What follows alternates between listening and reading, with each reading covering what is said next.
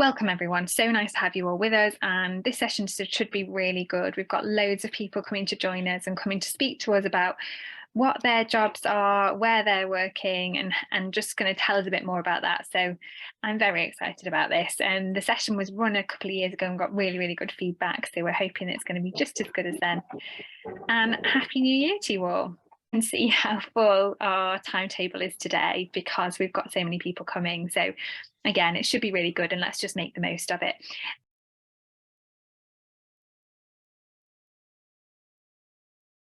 So I'm Penny Blackwell. I'm a GP in Hanish Brook Medical Centre in Wirksworth, and I've been a GP here since I trained here actually as registrar in 2010.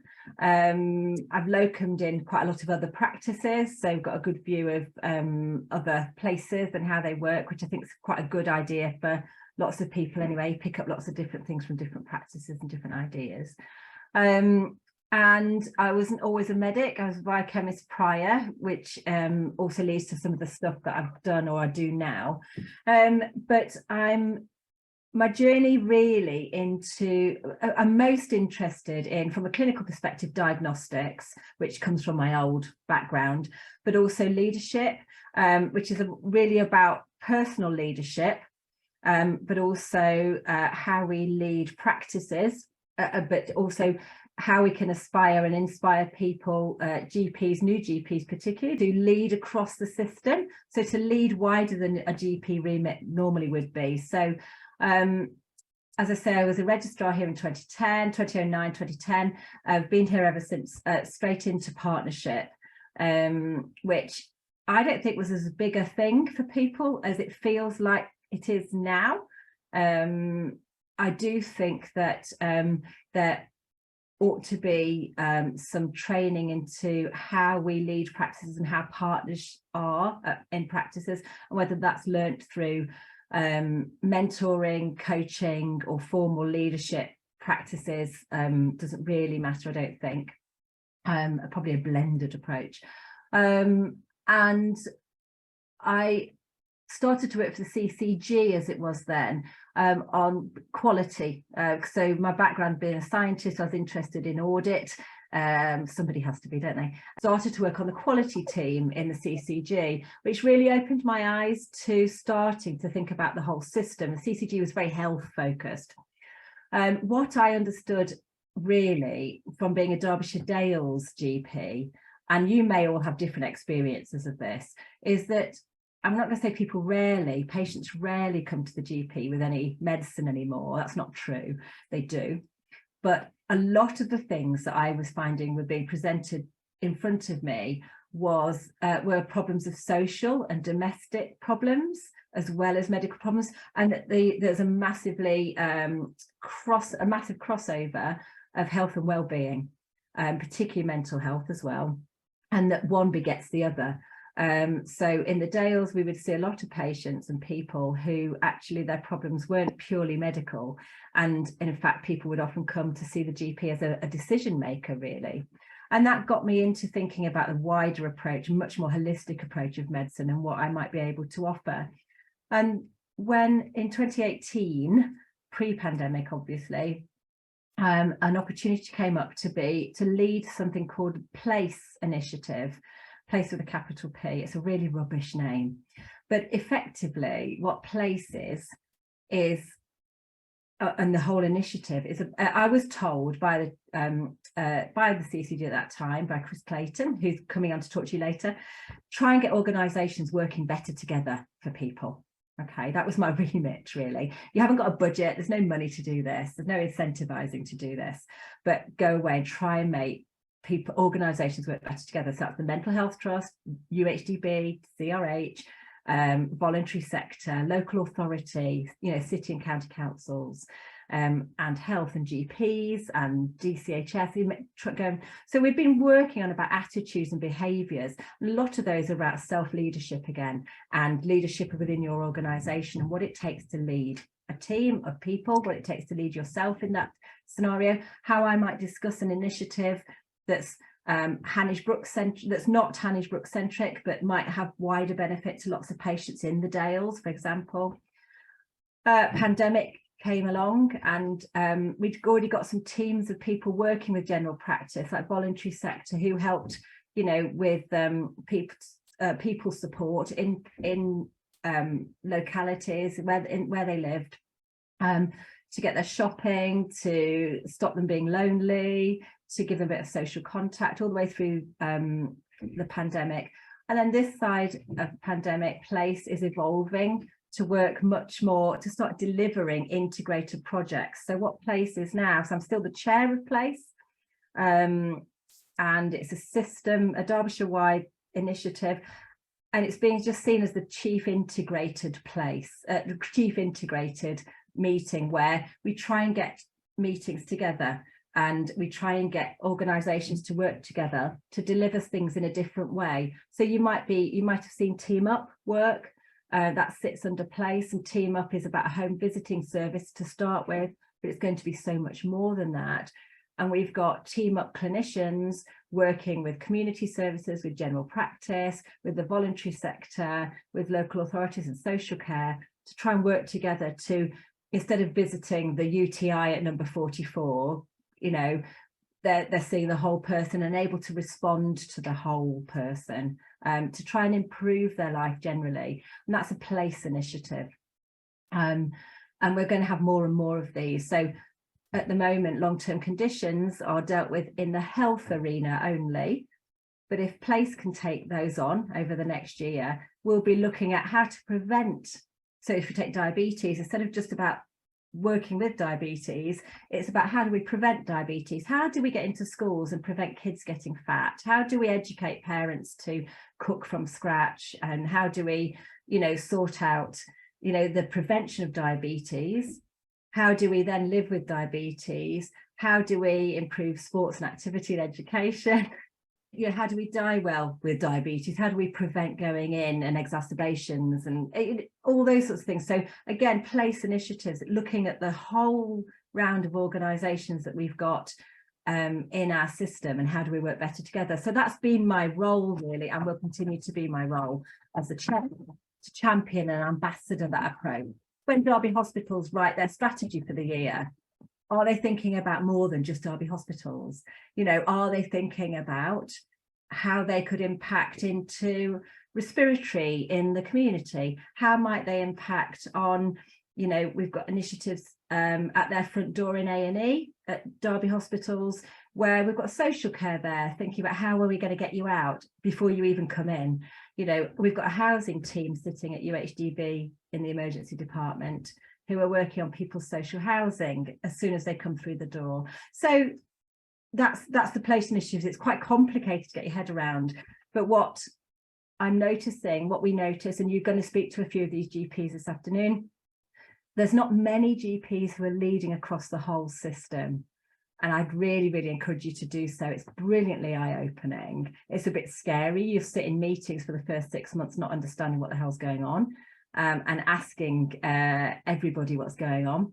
But that's okay too. Gail's added, please can I ask you to say a bit about ACT? Absolutely. ACT is something that I facilitate, which has come out of working as Place. So as if I think it's important to work together, one of the things that we noticed through the pandemic was that primary and secondary care, so, and I'm going to be openly about doctors here, GPs and consultants started picking up the phone to each other again in the pandemic to say, I've got this patient, I don't want to admit them, we can't admit them, you know, what can I do with? So we started realising that we're all doctors in the 5th year of med school, and then suddenly we get institutionalised somewhere down the way, and it becomes very them and us, doesn't it? And it's very easy to moan about a junior doctor who said something to a patient in hospital, or, you know, patient goes into hospital and they say, God, your GP sent you in for this. So we knew relationships had broken, you know, not broken down, but they've just become separated, don't they? Through just, they do. And so ACT was formed to start working with the senior GPs in the system. So that's the clinical directors of the primary care networks. I'm also a clinical director of the South Dales Primary Care Network. And we talk fortnightly still with the medical directors and clinical directors from Derby Hospital and Chesterfield Royal to work on relationships. How can we work better together? What can we do to make things easier for people who live and work in this geography of Derbyshire? So ACT happens every fortnight, and if anybody wants to come and observe or join in, you'd be very, very welcome. It's a bit of a whistle-stop tour of the things that I do. As I said, I'm also the clinical director for 4 practices in the South Dales. So do you all understand about primary care networks? If you had that conversation as a team, I think you might have. No, we haven't really, Penny. So yeah, if you did want to touch on that, that'd be great. So primary care networks, the government in their NHS England in their wisdom decided we'd all be better by working together, and we'd all be better by them telling us who we should work with, and that we needed to work with a geographical cluster of GP practices. So Derbyshire was sliced up into 15 geographical areas, and the GP practices within those areas, by and large, have been mandated to work together. And work together on initiatives like QOF, but it's called something different, that you have to achieve across all 4 practices. For me, South Dales, the clinical director of the South Dales, but so we've got clinical directors, 1 or 2 of them, who are GPs in each area of wherever you're working. And they're working together to provide care on a bigger scale, also to provide extended access at the moment. So it comes with some must-dos from NHS England. And Penny, how would you explain the difference between a PCN and place? Yeah. Yes.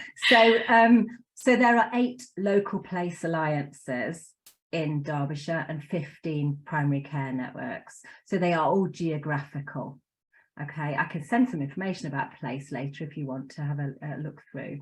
Yeah, I never thought I could have sent it before. I'm sorry, Elise. So again, they're just geographical constructs, but place or local place is a geography, like the primary care networks are. But I explain very easily, PCNs, primary care networks, are GP practices working with GP practices, other GP practices. Place or local place alliances are organisations in that geography working better together to improve health and wellbeing outcomes for people who live and work in that geography. If you read King's Fund stuff, from a few years back, what they saw as a mature primary care network would be what we in Derbyshire call our local place alliance. It's general practice working with other than health. It's health working with other than health, other organisations working together to improve health and wellbeing outcomes for people who live and work in that geography. Whereas general practice, the primary care networks have got a mandate and then must-dos that are about GPs working with other GPs. But I think the lines should get a bit more blurred as we move forward. What would you say, looking back, Yeah. what advice would you give us? What would you say, to be able to enjoy our careers, what would you say to us? So I think it's a brilliant career, and I think this is the time, and I'm sure you're all in practices at the minute, everybody used the word unprecedented through the pandemic, but I don't think I agreed until about 8 weeks before Christmas. I don't think we've ever seen activity like this. So if any of you feeling down or low or challenged about the way you're having to practice at the moment, I don't think it should be long term. Okay, so stick with it is what I'm going to say. Get yourself a good coach or mentor is what I would say. And peer support's really helpful. But a coach or mentor, so the difference being a mentor, perhaps somebody in practice who will spend some time with you, or whether it's formally or informally, somebody you might look up to or inspire you, or just somebody who will give you some critical feedback, on how you're practicing, either clinically. In terms of leadership, first steps into leadership, go and do an audit, and then go and do a change project in a practice, and then take responsibility to leading that change in the practice. So articulating it, explaining to people why we need to change something.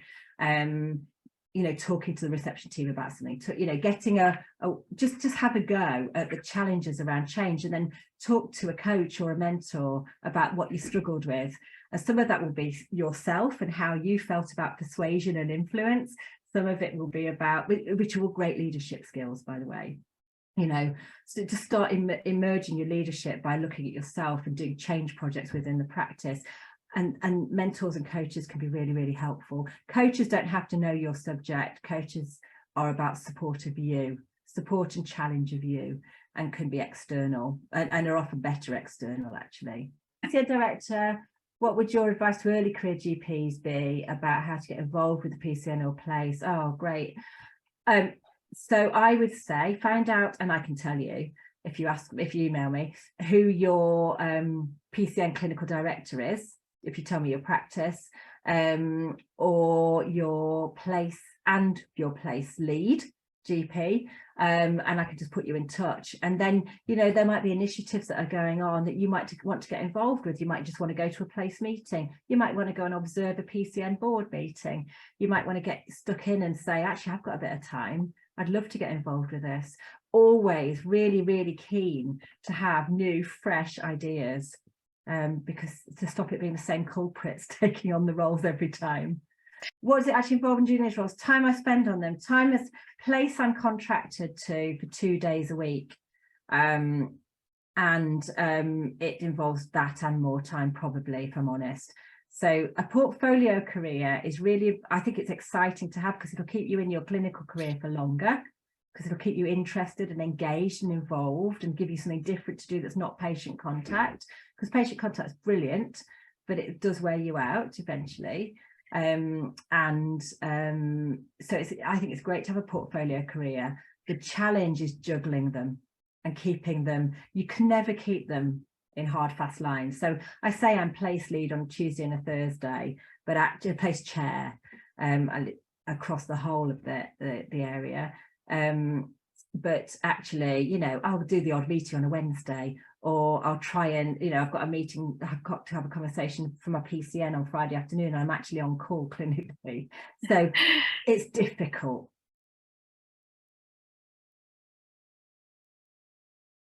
Yeah, I'm Andy Moss. I'm a GP in Amber Valley and Ripley, and have various roles in the system, as Penny does. Not quite as many as Penny, though. So I left Sheffield in '99, so you can work out I'm quite old, and I was really unsure what part of medicine I wanted to do.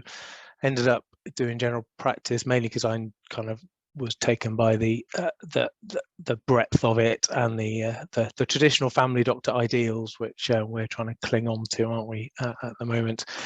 And I did a pre-registration house officer year, so F1, before F1s and F2s existed. They did a couple of trial runs including general practice, so I was one of those guinea pigs in Chesterfield. I then did my training in Chesterfield. Paul Cook was my trainer in Bolsover, who very sadly died last year, and you know, I've had an ongoing relationship with him throughout my career, which I'm a trainer now and try and do similar, but it's increasingly, it's just a different world that we're in now. You know, I got through my training on the basis of his signature primarily, rather than having to jump through all the hoops and stuff that my trainees currently have to do. So finished my training, which included a few months at Ashgate Hospice, which I then carried on with. I didn't feel ready to be a GP really at the end of my 3-year course, and this was quite a long time ago when it was somewhat easier than now. So I did a couple of years as a salary GP up the road from where I currently am in Alfreton. My wife's a paediatrician at Derby, so she was on the Nottingham training scheme, so we kind of split the difference, hence sunk a bit south from Chesterfield. I loved Ashgate Hospice. Really, wary of doing it as a rotation, as an SHO, and actually carried on doing a weekly session there for the next 10 years. Actually doing day centre work primarily. And I did a palliative medicine diploma and some further qualifications whilst I was salaried. I used to go home for lunch when I was salary GP routinely, which feels, it's weird, isn't it, how things change. So finished that, and then started to look for what next, and the job that I'm currently still in as a partnership at Jessup Medical Practice existed, so I applied for and was interviewed, although as much of that was me interviewing them, to be honest, as well. Partnerships are very much a two-way street in my head, at least. So that's my clinical stuff, really. So wider, so I was always encouraged, and again this comes back to relationship, and Penny's touched on this, with my trainer, and the kind of the environment that you witness as a trainee. So if you have a a positive culture and are supported, then I was encouraged to go where it took my fancy. So I used to follow other partners from my training practice to the LMC, to watch a committee meeting or two, to the previous versions of what we currently have as an ICB, just to go and see what went on. So I started quite early, just to be interested really in how the world worked over and above the clinical part of general practice. We started training at Jessup, which is one of my prerequisites. It wasn't a training practice, so part of the deal for me joining was that we'd then get on and make that happen. So we did. So I've been a trainer since 2008, I think, and a lot of my trainees are well, the ones that time it right are still here. My first step, so it was interesting listening to Penny, her first kind of step up into, or down, depending on your perspective, into the wider system. For her was the quality bit and audit. For me, that was prescribing. So I was nudged by a senior partner here at the time to take on the prescribing lead role in the practice, and then that kind of led to, or come and do that and have conversations as the practice lead in other environments. So that was my first kind of, I guess, venture out. So they're the kind of opportunities, and it's kind of, that's a clinical plus bit, isn't it? So it doesn't feel like as big a first step as doing something more dramatic.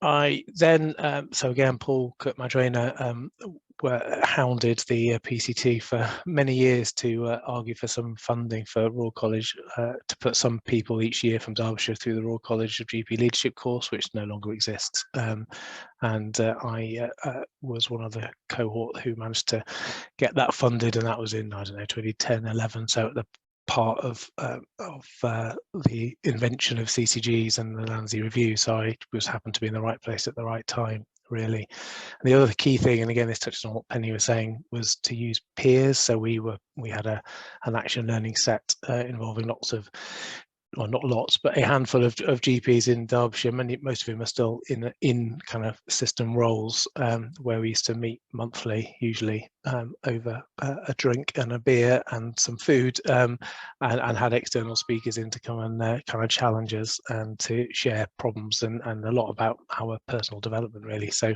yeah, that was really helpful, and I'm not quite sure how that happened. I was added a bit after it was established, but I found that really helpful.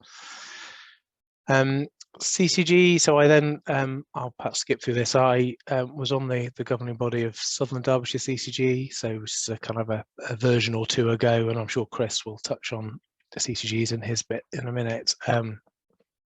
So which was a kind of a GP-led initially structure.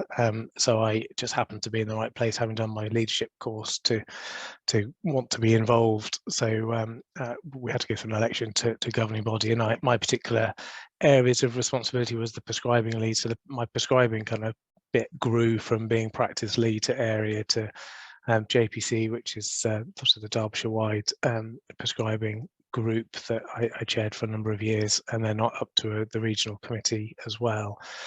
I also had a lot of, and I still have as Elise does, in fact, did a lot of work around children's commissioning from a clinical perspective, which is still a passion that I want to rekindle at some point. I left CCG in 2019 when it merged to the other four, not because I was overly unhappy with the role, but because we just couldn't recruit in the practice, and I'm a GP first and foremost and a partner, so I had to step back and did full-time general practice for the first time in my career, which was as unsatisfactory as I expected it to be. Penny's touched on PCNs, so established in 2019. a key part of the kind of the NHS future plan. I was kind of paying attention but not doing very much, and actually it was the colleagues. So my PCN has 9 practices, and it was the colleagues from some of those who pushed me to step into the clinical director role. Although we share that, there's 3 of us who share that role because we're quite a big PCN, and we only had a session a week each to offer. And also the PCN function got largely overtaken by the COVID vaccine programme, which I won't bore you with, but I led in our PCN. So what do I do now? So the GP Provider Board is my I still have several jobs, but this is probably the bit that I would quite like to draw attention to.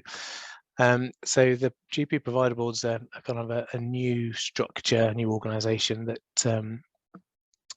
it sits across Derbyshire, and there are lots of similar-ish structures in other parts of the country to kind of match the change into the integrated care systems that we now work within. And the purpose is to try and bring some kind of consensus and a constructive and consistent voice of general practice in a broad sense into the strategic system. So there are 114 general practices in Derbyshire, and as Penny said, there's now 16 PCNs.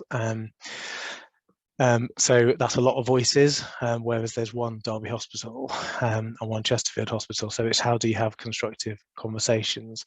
So and there are 2 kind of mandated representative voices. So we've got the LMC, the Local Medical Committee, who have a particular role around representing GPs as individuals and on a contractual basis in particular, and then the PCNs and the clinical directors. So our thought process, and Gail, who's on the call, and others were heavily involved in the evolution of this, with the support from Chris and the ICB and CCG before it, is to kind of bring all that together. So we've got a kind of a board of half LMC, half PCN CDs, of which I'm one, and then I act as the interim chair of that structure.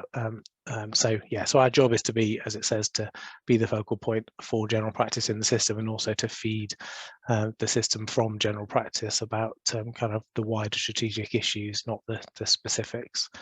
And we have this particular opportunity that we're still working and building on in Derbyshire, because we've got the LMC and the Provider Board, and also the task force, which obviously Susie and Gail are here for, which you probably know more about, and that's a pretty unique setup, and it's how we make the best of the 3 organisations, because there's a real opportunity there to try and improve the value of general practice and also our working lives. So that's my job. Currently it's notionally 2 sessions a week, but in reality it's a lot more than that. My last job, so this is separate from that. They're each integrated care board, which again I'll let Chris explain in more detail shortly, which brings together the NHS structures, in particular in the integrated care system, lots of acronyms, but there's one of the national roles is to have a partner member for primary medical services to bring the expertise of general practice into the decision making of that board. So it's not really a representative role, and that went through a process, and I was appointed to that role. So I attend the ICB board meetings, where we look at scary big numbers like £2.9 billion of public money that is spent, and we have a board tomorrow morning. So last slide. So I do 4 sessions clinically, because I don't think I would feel comfortable in maintaining my clinical skills on less than that, although plenty of people do, but I'm not the strongest clinician. And also I still train, and I don't think I can remotely try and pretend to train GPs with that on fewer sessions than that. So a mix of my other jobs all meld together, as Penny's suggested. My advice would be follow your nose. Find people.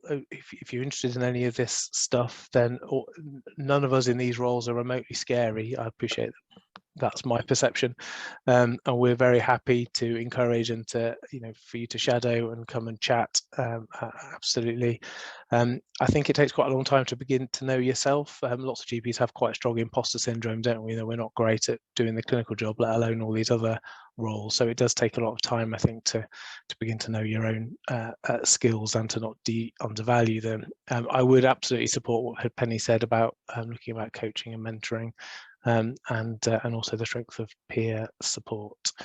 And Andrew, I guess I'll ask the same question to you, if you didn't mind. What advice would you give us, GPs that are in their first couple of years, who've just kind of qualified? Is there any advice you would give, looking back on your career, to try and help us have a fulfilled career? What would you say? I know you've mentioned coaching and mentoring. Is there, and kind of following your nose? Yeah, I mean, I think variety. General practice as it currently is not, I don't think you can do it full time and remain very sane for very long. Some people are better than others at that. And the beauty of general practice is that the skills that we all have are very transferable. And so if you've got a particular interest in mental health, or a particular interest in children's, as with yourself, or with whatever, then there are bits of the system that would happily take some of your interest. So yeah, it's just a case of, if there is anything interesting, then ask. Obviously, the people at the task force are very, very well connected, and we're all pretty connected to each other. Yeah, I would just take every opportunity you can find, and if they're not obvious, then ask. That's brilliant. And we've just got a question from Susie. How can you GPs help influence or feed into what's going on in the GPPB world, Andy? It's a really good question, Susie, and one I don't think we've teased out fully yet by any means. I mean, obviously you and Gail attend our board meetings, so that brings the task force view in. The other routes would be potentially through the PCNs. So if there are people involved at PCN levels, then that information can track up. But equally, I'm very happy to be contacted directly, as I'm sure other members are. If you've got questions or points, that would be absolutely fine. There's more work to do, isn't there, Susie, on how we capture that better and feel more accessible, because it all feels a bit up there and a bit weird and miles away, doesn't it? Whereas, I'm sitting in my practice the same as many of you are. We do the same job, don't we? Yeah, no, that was really nice to hear you kind of talk about that and say, it's difficult for all of us doing clinical work as well sometimes. Is there anything you would recommend reading to help get your head around the structure? Again, Chris may have someone he's a good slide deck man. He may have one or two in there. There definitely are structures and descriptions of it, but because ICBs or ICSs more broadly have only been in place since July, and each system has been given a fair degree of autonomy as to how it sets up and fulfills its functions, then there isn't a single picture for all ICSs, and depending on how you draw it, so no, yes and no is the answer. There's a lot of stuff on Joined Up Care Derbyshire website, would be the first place I would point people to look at, which is that's our name for our ICS, is Joined Up Care Derbyshire. So there is stuff on there, but I'm not sure I've seen a single pretty picture that fully makes sense to me yet.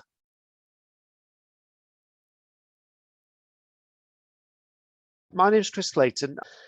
What do? I'm Chief Executive of NHS Derby and Derbyshire Integrated Care Board. That's a lot of words, and I refer to it colloquially as NHS Derby and Derbyshire for short. And I do that on purpose, which will become clear in a second. Essentially means that I'm, amongst other leaders in the system, accountable for what the NHS delivers in Derby and Derbyshire, and making sure that we spend the money that the government grants to us appropriately and responsibly, and that we get a balance of service across the different needs of our population. So how did I get here? What on earth drove me to be here? So I trained doctor I was in Cambridge, and my wife and I met at school, and she went to Cardiff Uni, and so I trained in Cambridge, then went to Wales to do some house jobs and SHO jobs, as they were called then, and then gravitated north with my wife. We then came to the Midlands, and I did my GP training in Birmingham, and then moved to Coventry and Warwickshire to finish it off. And following GP training, I then went to my native homeland of Lancashire and joined a partnership there, and I was there for probably about 15 plus years. I lose track of time now, as a partner in general practice. During that time, as a partner, I started to dabble in other things. So general practice was attractive to me for two reasons. When I was a med student, it was really broad, and every time I did a rotation, I thought, that's it, that's what I want to be, one of them. And then I after I'd done a few, I thought, well, you've liked everything, haven't you, Chris? So that means that you probably want to be quite general. So general practice was attractive from that perspective. I wanted to be a psychiatrist, sort of obs and gynae and general medic and all those things. So I thought, well, how do I do that then? So there's something about enjoying breadth of work in what I do and overseeing a breadth of things. And I also enjoyed management, and I worked in hospitals, and I thought, I'm not sure I want to be lost in a hospital.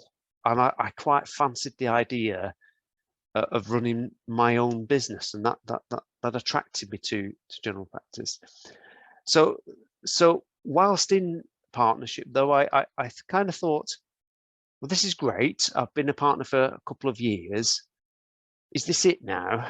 And is this it for the next 30 plus years?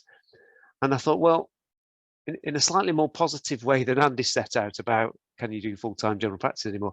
I wanted to say, how do I sort of complement that role and build on it? And so I started to do education and GP training, and that was really good because that got me into understanding coaching work, and that gave me a real foothold into understanding management.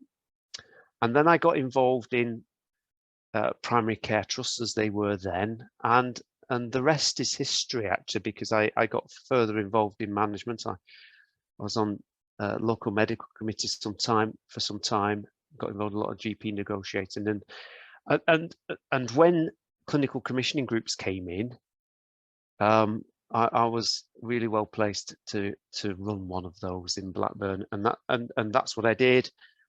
I then was asked to look at Derbyshire, because the Derbyshire CCGs, as they were called, were wanting to work together, and I had some skills in that arena, and I was fortunate enough to be brought to Derbyshire to lead the 4 CCGs. I then obviously there's been a further reform that came in last July, and I applied to lead the Integrated Care Board from an executive point of view, and was very lucky enough to be appointed as the chief exec. So that's a sort of my journey, really, and how that's happened. And when you see it like that, it makes sense, I suppose. But I stopped clinical practice about 5 years ago, actually 6 years this year. I do miss the one-to-one interaction that you can have. I do miss that initial excitement I used to get when I was trying to work through a complex case and what was going on here. I do miss that, and I miss the closeness of a small team. So everything I do now is big and at scale and all of that. But there was something really good about a small general practice team. That said, though, why is this all relevant to you guys? So I've mentioned 3 different reforms in passing. I've just mentioned PCTs, primary care trusts, CCGs, clinical commissioning groups, and integrated care boards. And I promise you, don't get too hung up on what the current diagram is, because the diagram will change. So what do we know about the NHS? It always changes.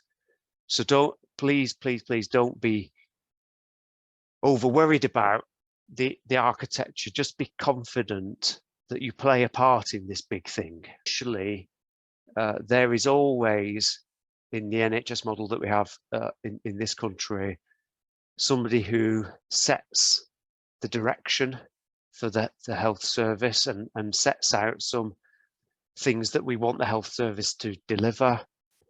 And in old language, that is the commissioner, which is the role I've played. There'll be a version of that going forward in America. That's insurance companies that do that. There's always a version of that. In this version, and it won't last forever, it's the Integrated Care Board. And the Integrated Care Board has got three main roles. Firstly, it's there to support the improvement of health of the population via its statutory roles, and what it has to do is to make sure that we've got the health services we need. Secondly, it's there to bring the NHS family together. So you're probably finding now that the NHS isn't this homogenous thing. It's lots of different, cogs working together. And part of the Integrated Care Board's role is to be a framework for the NHS family, for our hospitals, our GPs, our community services, and just support this long-term vision that we've had, an aspiration of integrated care, so care working together. And then lastly, it's got a statutory role to work in partnership with local authorities and education sector, universities and so on, to improve what we call the broader determinants of health, things like education, housing, socioeconomic development, because those things have much greater bearing on how long we live for than some of the things that we do in a clinical sense. But those things bear out over the length of somebody's life. So this is relevant to you because you're part of the NHS family. You're part of this big machine, this big colony that is the NHS. And whilst it will change around you, because it will, politics will change, infrastructure will change, the role you play is really significant. Don't think you're not adding value. When I left general practice, I was quite taken aback by really, really kind words of my patients. It took me aback because I'd lost that thought I was adding value, and actually it became really clear that I had added value during that time. My advice would be, keep your minds open. Think about general practice as a really important bedrock and a really important part of your career. I think what I find is that there's so many opportunities that it's hard to know where to start. Like, you get offered to go to all of these meetings, and then obviously time's limited when you factor in your clinical work, and then you've got family life as well. It's just almost feels a bit overwhelming where to start. I think that's really important, Julie. I think it's a marathon and not a sprint. Keep that in your mind. You've got a full career.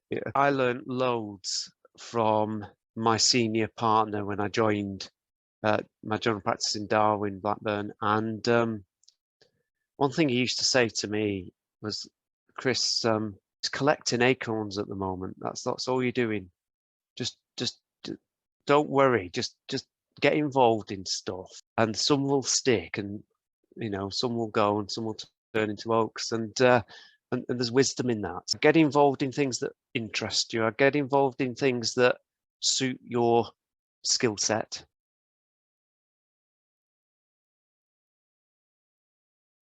Hello to everybody I don't know. My name's Tracy and I'm the Chief Exec of Derbyshire Community Health Services, FT. I'm also the lead NHS executive for place development across Joined Up Care Derbyshire, and I work with Penny, who chairs our place development structures. And I'm also the accountable officer for digital transformation across Joined Up Care Derbyshire. But I thought I'd tell you a bit about me and then a bit about the trust and how it fit in and tips. So I live in Derbyshire. I'm older than Chris. I'm about to turn 55. I'm the mum of two, well, we call them baby adults, although that developmental stage seems to be persisting well into their 20s. I am a wife. My husband also works locally in the NHS, and you will meet him in a minute because I appear to be his warm-up act. And I am also a heavy user of NHS services. I have a long-term condition and a hidden physical disability. So how did I end up here? I recently attended one of our trust long service tea parties to get my 30-year NHS service award, but I've actually been in the NHS 32 years. So in 1990, I was a non-clinical graduate. I'd done a geography degree, which means it equips you for absolutely nothing really in terms of real life. I'd grown up in a family of politically active public servants with a passionate commitment to the NHS and to social justice more broadly in terms of the work that my parents did. And I guess I was leaving Oxford University in search of something really meaningful to do. I wasn't interested in the milk round and the big kind of city firms, accountants or whatever. And I was pointed to the NHS, who run what I realise now was a really brilliant graduate management training scheme. So in non-clinicals, I heard Chris use the term generalist. I'm a generalist. I really like people. I really like getting things done. I really dislike unfairness, and I really love the NHS. And other than a brief and completely unfilling sojourn into academia early in my career, I've been in NHS management and leadership ever since. And I still really love people, and I still really love the NHS. And most of the time, I love my job. So I've worked in a whole range of provider organisations. So, you know, structurally, they were kind of directly managed units and then trusts, and now they're trusts and foundation trusts. But essentially, I've always worked in the organisations that provide NHS services. I've never worked in a general practice, although the trust that I manage now does provide some general practice services, but I've worked in acute mental health and now community health services. I've done regional and national work, but that is just not my bag. I need to feel very connected to patients, to the communities that we serve, and most importantly to the people who are doing great things in the NHS, my clinical colleagues and those non-clinical people who support them. So, you know, going back to that thing about how do you find, there's all these different opportunities. I think I would concur with what Andy and Chris said, you know, seek out all the opportunities you can find, but you will work out where is it that you get your energy. And I suppose one of my biggest lessons coming towards the end of my career, I guess, is just because you could do something doesn't mean you should. And just because other people want you to do something doesn't mean you should. And I've probably taken far too long to work out that I don't just need to do things that other people want me to or think that I'd be good at it, but I now know very well what fills me up, what gives me my energy, and I make sure that I protect time to do those things as well as the other bits of my job, which I might find more emotionally demanding. So I am the Chief Executive Officer of Derbyshire Community Health Service Foundation Trust. What does that actually mean? A lot of my colleagues would describe my role unkindly as largely ceremonial. And it can feel like that sometimes because I clearly can't do much. There's 4,500 of us in DCHS. We'll spend about £200 million of our money, taxpayers' money this year. But I am ultimately the accountable officer so I'm accountable for the quality, the safety, the performance of all of our services and for the money that we spend and for the experience and the safety of my 4,500 colleagues. So I've got a lot of accountabilities, but I deliver those through all those amazing people.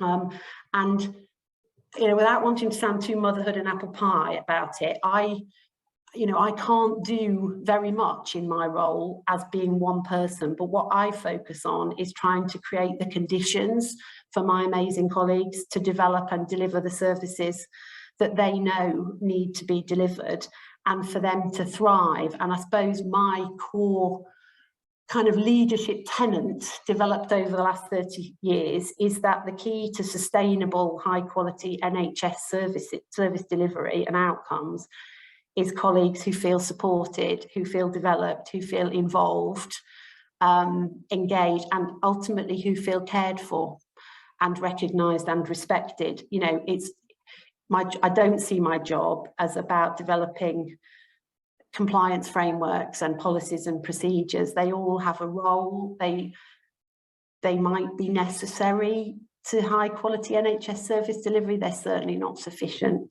And you know, DCHS, we have a really straightforward vision that we want to provide fantastic community services and that we want to be a great place to work. And we've put that in our top strapline because that is what we fundamentally believe, that if we are a great place to work, we will deliver great services for the people of Derby and Derbyshire. So I've spent, now I've got, you know, I'm a chief executive, I have a lot of autonomy and control over what I spend my time doing.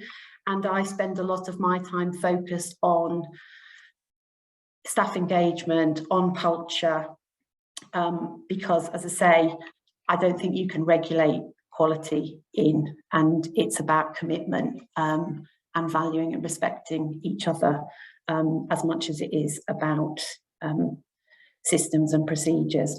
I also spend a lot of time mentoring colleagues locally, regionally and nationally, and I work on a range of leadership programmes within the NHS, clinical and non-clinical, regionally and nationally.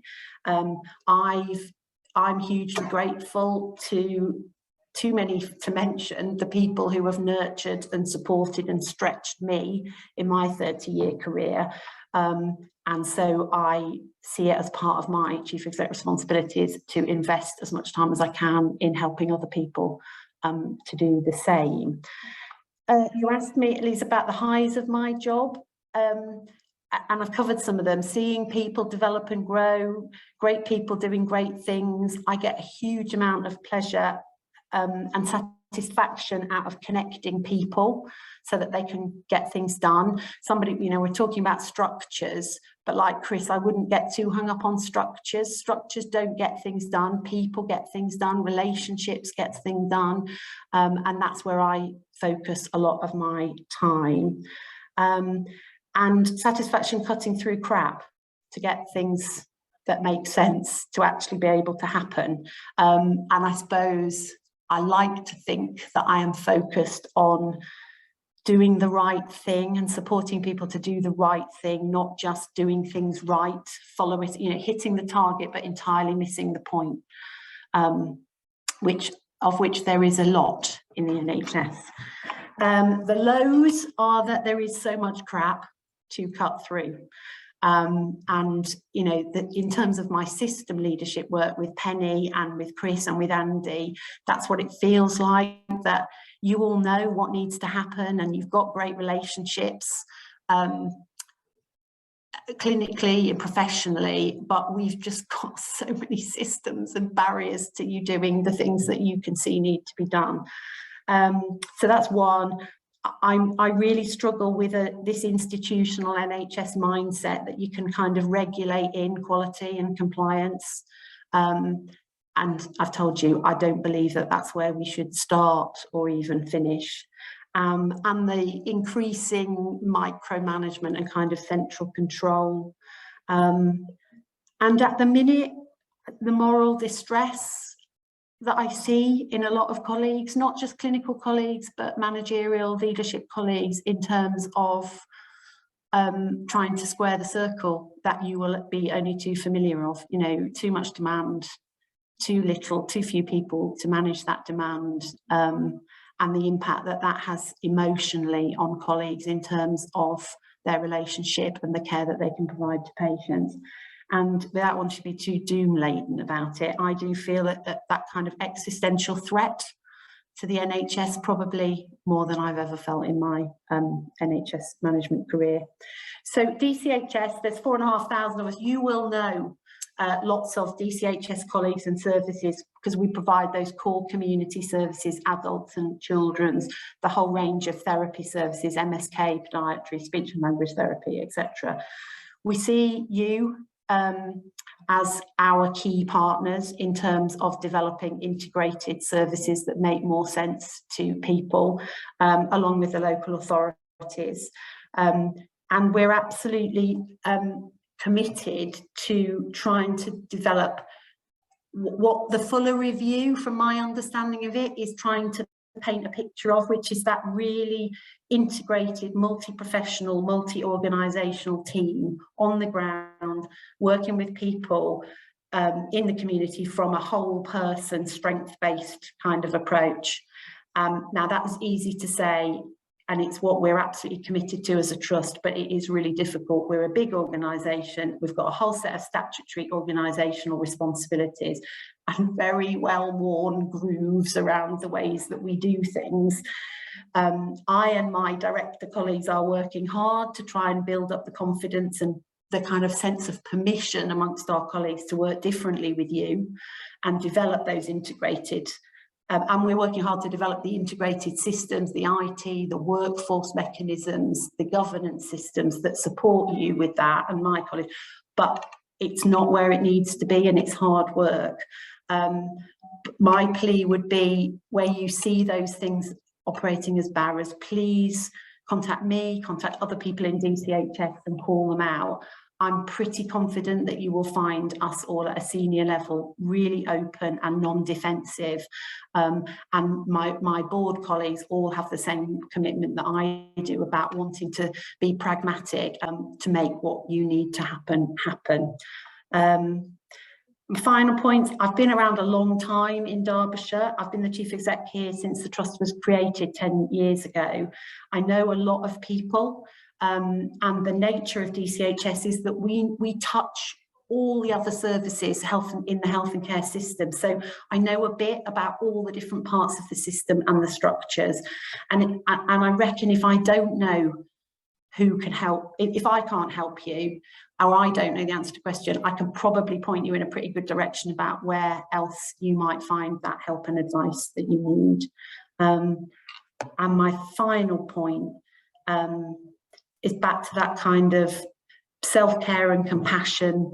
The work that you're doing is so hard, and the work that I'm doing is so hard. We're all under-resourced. We're all dealing with really emotionally difficult things to do. And I find in myself and almost everybody else working in the NHS that we are hopeless at self-compassion and self-care in comparison to the compassion and care that we give to other people, patients and colleagues. So I took a long time to learn the importance of that, and it's still a work in progress. And that would be my plea to you, is to start the way you mean to go on. But Gail said, I don't know if you can see it, Tracy, if someone wanted to come and shadow you for a day, would that be possible? Absolutely, and I'm really open to that. I've got somebody coming actually next week, and if people want, I can put my mobile and email address in the chat, and if people contact me, we can try and put together something interesting. Can I just ask, Tracy, you spoke, well, I've written down a few things that you said because it was so great. You spoke quite a bit about caring for your colleagues. And I just thought that, and you talked about that kind of making that part of the DCHS as well. Was there a reason, like, how did that come about that became so important to you? Because it is hard, you know, as you said, we're all busy. And when you get busy, you get blinkered and you do start to just try and get, you know, your own stuff done. And it's hard, isn't it, to make sure you're thinking about other people and your work colleagues as well. Pursued that development because, as in a confirmation bias kind of way. I think I came into this job believing that, you know, it's a people business, and, you know, great organisations provide great services when the people in them are healthy and well and valued and cared for. And I think the NHS has kind of caught up with that, and we've got loads of terms, you know, it's really, really trendy, isn't it? Compassionate leadership, and it's easy to say, it's really difficult to do it, because it does have a hard edge, you know, about what you prioritise and what you value. And we're by no means perfect in DCHS, but we do really well comparatively with other NHS organisations in terms of people saying what it feels like to work in the organisation, because we have a soft set of values and behaviours that we try and mirror with the way our processes work, so that they're coherent, so that it is all about valuing the people who do the caring. But at times like now, I find that the most difficult thing is managing that and not being able to give everybody the resources that they need. So I can be as lovely as I like, and I can have as great a well-being set of offers to all our colleagues, and we do. But actually, fundamentally, in terms of, you know, well-being, the fundamentally is a doable job. And I think the NHS forgets that, and we put in loads of wellbeing sessions and resilience workshops. For me, the biggest thing is, has everybody got a doable job? Have they got the resources and the training and the support they need to do their job? And it hurts me at the minute, well, you know, that actually everybody hasn't. So that's, I suppose, what keeps me going, is trying to make a difference on that.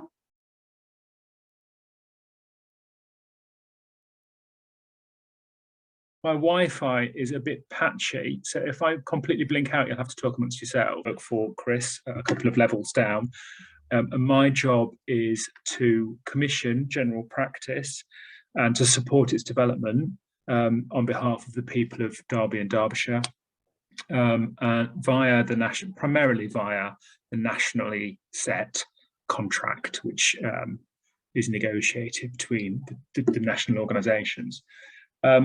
How I got here, well, as you see, what happened was I also went to university, did an English degree, taught for a couple of years. I knew Tracy then, and she suggested that I might have a crack, as I was at a loose end and didn't really know what I was going to do. I might have a crack at the management training scheme. Got into the management training scheme with a little help from Tracy, and went through that, worked down in Oxford in a range of jobs at a small acute trust in Banbury, and then a mental health trust, and then came up to Sheffield, worked for a while in GP fund holding, as it was there, but at the Northern General in Sheffield, Weston Park in the Camps Hospital there. And then in the 90s, before many of you, I imagine, had even started school, I moved to work at the time at what was North Derbyshire Health Authority, which was one of the many predecessors to where we are now in the When I first, I think my first day in Derbyshire, I went through the reception, and the motto was "Bring care close to home," and you know, that's still there, aren't we? In many respects, we've done lots of things, but we're still very much there. My job entails, we have the three elements to my job. We're responsible for commissioning services from general practice, so that's the core contracts I've talked about, funding for the 114 GPs we've got. We're also responsible for developing local services and commissioning those, so what we call local enhanced services, phlebotomy, spirometry, every other service that isn't in the core contract, but we see as a need in Derbyshire, we would commission on top of that. And then there are a set of national contracts that are added occasionally, called directed contracts, that we commission as well. And we have contracts with every practice, we buy the service from them, and we monitor it. So that's the kind of the contracting side. We also have a quality role, so we try to support practices to deliver the highest possible quality, and also we try to support practices when they struggle. So when they have a bad CQC report, we will go in and help, or when they are struggling with a partnership issue, or even struggling just to survive, it's our job to go in and do what we can to support them, working with other practices, and with the NHS England, but also just trying to lift them and keep them going, or to move them, integrate them, merge them, or whatever else we have to do to make sure that we support them, but also ensure services for patients.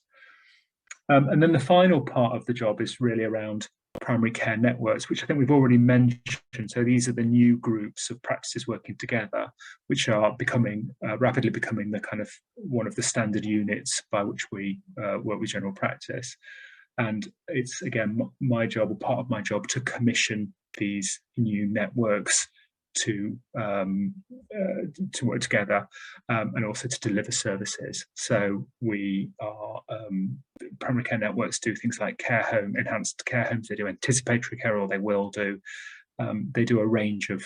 They do extended access. They provide at scale a range of services.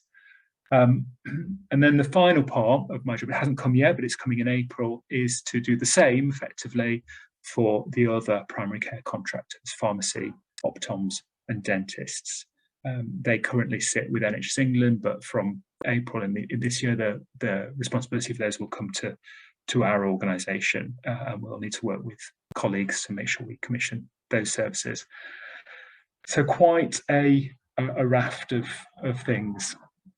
In terms of the big issues that we're dealing with at the moment, well, I'll tell you what I'd like to do, and then I'll tell you what we do. We'd like to do a lot more work on quality improvement and innovation. We'd like to be working with the practices to think about what practices should look like and what they might look like in the future, the kind of strategy for them.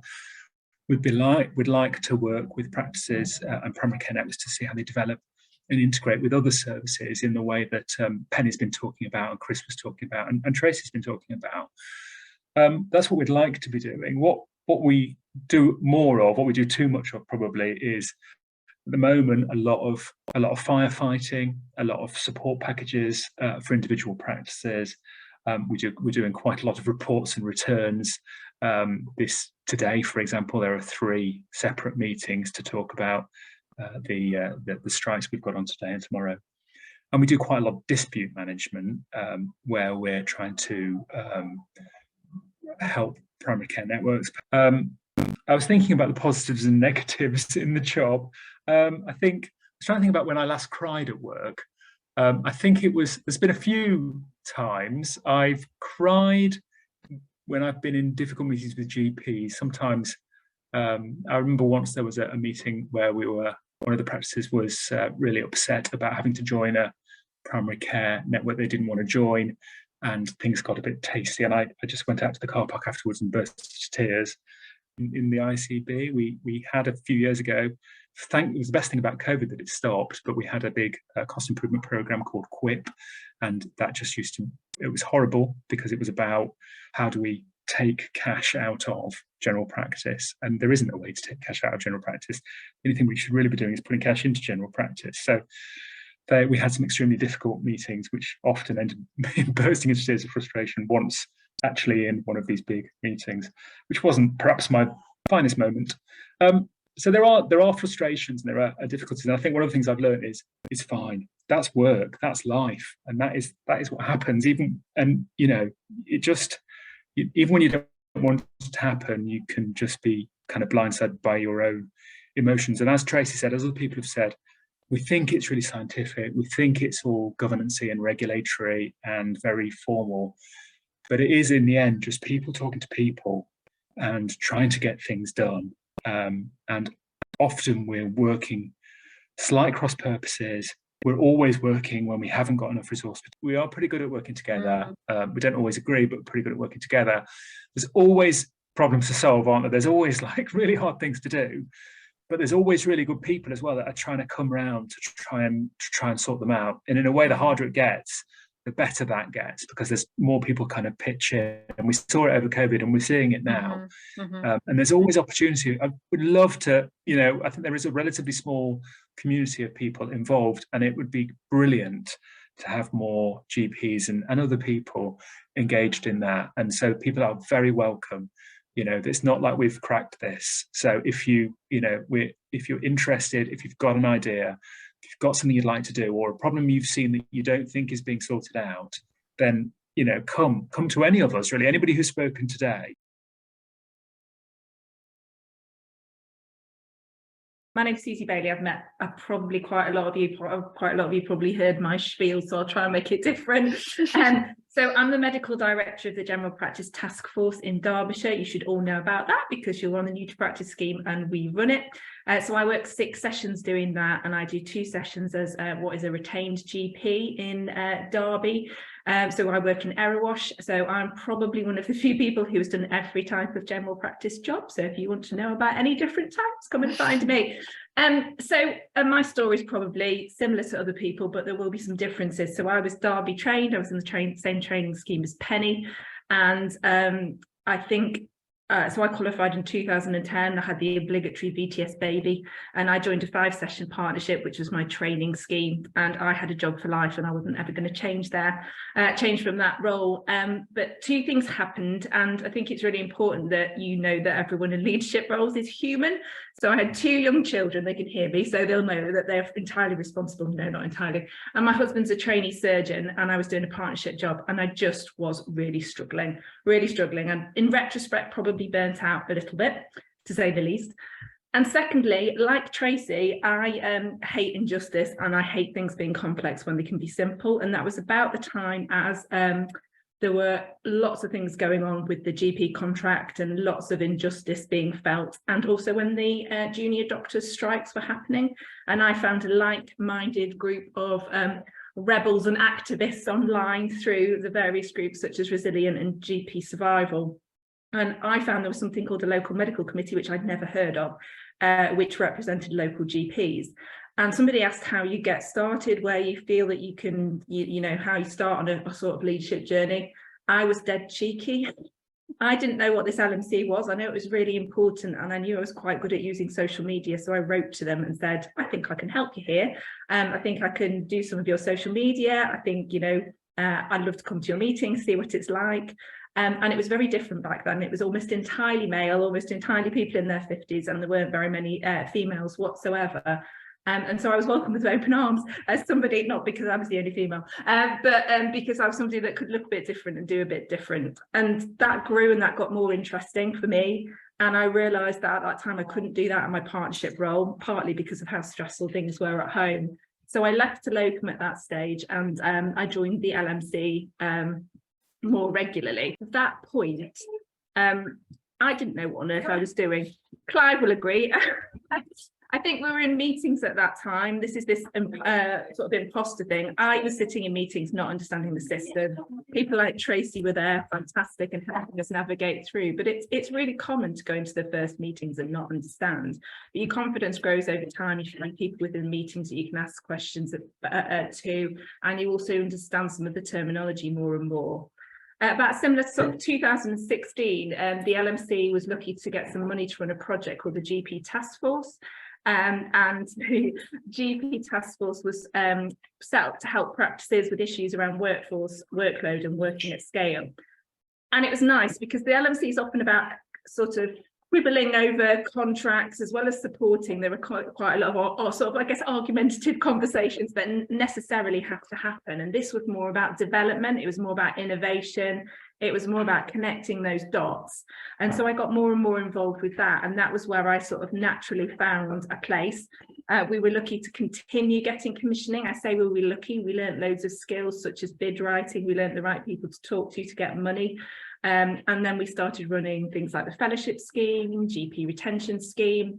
And so I got to a lovely place where I could kind of create stuff that I thought would help GPs so they never needed to feel as crap as I did when I felt crap, if that makes sense. So that's what I have been doing. And from April, we will also running the training hub in Derbyshire, which is hopefully a really good step forward for us, but also with simplified things. We're also really lucky because I think across Derbyshire, one of the things that, however tough it has been, and it has been really tough, Clive and Penny and Andy and Tracy and everyone and Chris have all been part of a kind of fairly unified response, and COVID actually brought lots of people together. So behind the scenes, I think it's fair to say we were working pretty tirelessly, particularly in the phase before people had realised how bad it was going to get everything in place to try and help support practices. At that time, I was doing media stuff, and I thought I'd never do that, and I don't actually like it, but I was called Mrs. Radio Derby and on there almost every day, being the voice of general practice. which was tiring, and it was a new skill and not something I'll go back and do, but it's really useful and it's added another sort of string to my bow. And that's just the way this career seems to go. You start looking at something, there's another opportunity that's there, and you try and see if you're any good at it. I think the other honest thing to say is there have been fairly catastrophic failures. And those catastrophic failures make us better. There'll be meetings where, like Clive, the performances certainly haven't been what you'd have wanted to be. There have been jobs that I kind of babysat for a while, which really weren't my cup of tea, or I took on more than I could possibly manage and had to step back from. And actually you have to accept that as you kind of go along, you learn about yourself more and you allow yourself to step back from things.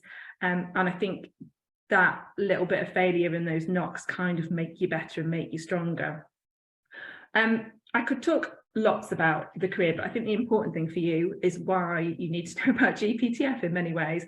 So obviously you will know about it from New to Practice. So we run the New to Practice scheme, we run the Supporting Mentors scheme, subject to ongoing funding, which I think NHS England would be ridiculous to cut, bearing in mind what's happening, but NHS England are ridiculous. We're also continuing to run GP retention schemes. So that means when you finish your New to Practice, there will be opportunities for you to do other things through GPTF. So that includes people like Elise, who's sort of running these events, Gail's on it, and she's also doing retention. Veronica, I think, is on the call, who's also doing some things around newly qualified GPs. And that sort of first 5 transition. We've got people doing clinical subjects. We've got people going into practices and supporting with issues that are going on, working with Clive and the provider board and implementing support. We'll have things like the partnership development scheme. So all of the education and training will also come from us in time. So it's really useful to know about. The other thing, when I was in my breakout room with Greg and others, is looking at what opportunities exist. So hopefully you will have all seen that we're doing New to Practice Plus fellowships. So we've got some really exciting opportunities to work with Active Derbyshire, to work with some of the NHS Better Health groups, looking at how we implement physical activity changes across practices. Really interesting one with Breast Cancer Now, and Greg White, Prof Greg White, who's the guy that does all the comic relief and sports relief challenges, to look at how we look at physical activity in breast cancer and how we improve people's access to physical activity when they have been diagnosed with breast cancer, and also pre-breast cancer, because of all the evidence. And also for international medical graduates, we're looking for additional support for you and somebody to take a New to Practice Plus role there. So basically, we're quite good at being able to work out A, joining dots, B, how to bring all of our fellows together, that's Gail's skill, and make sure that each individual fellowship is sort of bigger, the whole is bigger than the sum of. And we're also generally quite good if you come to us and say, can you help me? I would like to go in this direction. What's the next step? Can you advise? How do I get counselling? How can I get help? Elise has done an amazing bit of work on what if I'm going on maternity leave or parental leave or long-term leave? You know, what support do I need? We're also pretty good at listening. So if you spot there's a gap there, come and tell us. We'll do our damnedest to try and make sure that that gap is filled.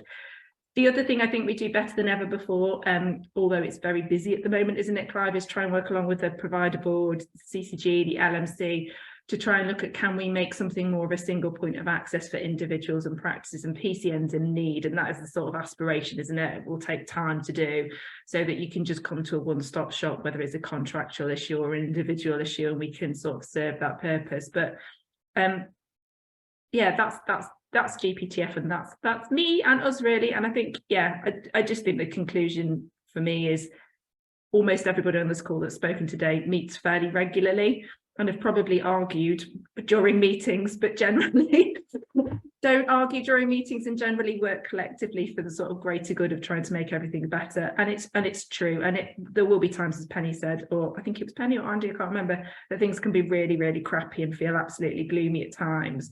But your careers will turn a corner when things aren't, and you can look at different directions, you can look at different opportunities, and there is an enormous amount of help there that wasn't there previously. So do lean on it, do call on us, and your mentors will be able to help you with that. And if you're not getting anywhere, just come and contact us at the task force and we'll definitely point you in the right direction to get some help.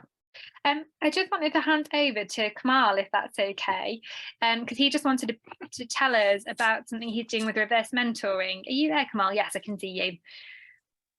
Hi, sorry. Yeah, thank you so much. Just a few minutes. Right, just a few minutes talk about reverse mentoring. So I'm going to put a link in the chat if anyone's interested in signing up. And what reverse mentoring is essentially flipping that traditional mentor-mentee role around the other way. So traditionally, you'd have a more senior mentor taking a more junior mentee under their wing and kind of leading them and guiding them, all the rest of it. Now, this concept of reverse mentoring has come out of some work we've done around sort of experience of ethnic minority doctors and other primary care staff in primary care, and trying to bridge that gap, trying to make our leaders more compassionate, trying to sort of understand what it means or what the experiences are of ethnic minority GPs or receptionists or kind of whatever, basically. And it's something that's been tried and tested. They've done it at the Mental Health Trust. And what we're looking to do is to get, if people are interested, to sign up. So if you click on that link in the chat, then you can sign up, and you can choose to be a mentor or a mentee, and then essentially pair you up with someone on the other side, and the pairing usually are sort of what we're expecting is two complete opposites. So if you've got your sort of that traditional Caucasian leader in general practice or at place or kind of whatever, sort of pairing them up with sort of a junior member in the primary care team from an ethnic minority, and the junior member essentially takes charge of that relationship, and it's been able to describe experiences, discuss and sort of let the leaders know what it means to be an ethnic minority person in primary care, and offer suggestions as to how to improve things. So if you're interested, sign up. If you do sign up, it's not an absolute commitment, so you can change your mind. What happens once you sign up, you'll get some information come through. There is a training session, so particularly for the mentees, the mentors, that'd be the more junior person, to how to be able to handle that situation, which traditionally has not been done, and then get some learning from it, basically. So if you've got any questions, more than happy to answer them, but in a brief nutshell, that's pretty much it. Thank you so much. That's perfect. So what I'll do is, if that's okay, I'll send out the information to everyone. So that's brilliant. Thank you so much. And I'd say thank you so much to all the speakers who've joined us. I know quite a few have had to pop off already, but thank you to Penny, Andy, Chris, Tracy, Clive and Susie, and Kamal, obviously. It's been such... I've really enjoyed the session. So next session is Zoom. Next month is on green GP practice. I think that's going to be really interesting with Dr. Natalia Kennedy, who used to be a new to practice GP. So just what Susie mentioned, it was supposed to close today, the applications, but they have extended it, especially for you guys, to Monday. So if you are interested in this, I did a fellowship and I absolutely loved it. So do have a think about this if this, interests you. There's one on the International Medical Graduate, one on the Physical Activity Fellow, which Susie also mentioned, and the final one on breast cancer with physical activity. So do have a think about those if that would be interesting to you. And finally, I just saw this quote, and it's talking about doing a little bit of good where you are, and those little bits of good put together can overwhelm the world. And I just thought if we all do our little bits of good in Derbyshire, we'll overwhelm it. So thank you so much for all coming today. Really enjoyed this session, and please do give us your feedback, because I do read it all and try and adapt the sessions to make sure it's right for you guys. But thank you so much for coming. Have a lovely rest of your day.